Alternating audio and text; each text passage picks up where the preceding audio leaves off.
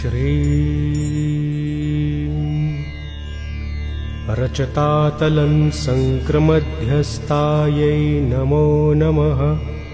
श्रीमाचलमाहनं पावनायै नमो नमः। शङ्करारध्याङ्गसौन्दर्यशरीरायै नमो नमः।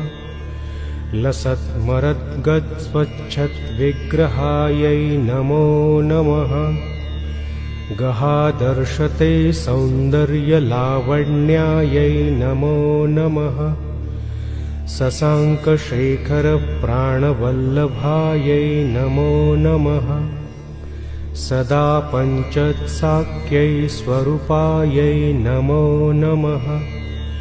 वज्रमाणिक्यै कडद्गिरिदायै नमो नमः।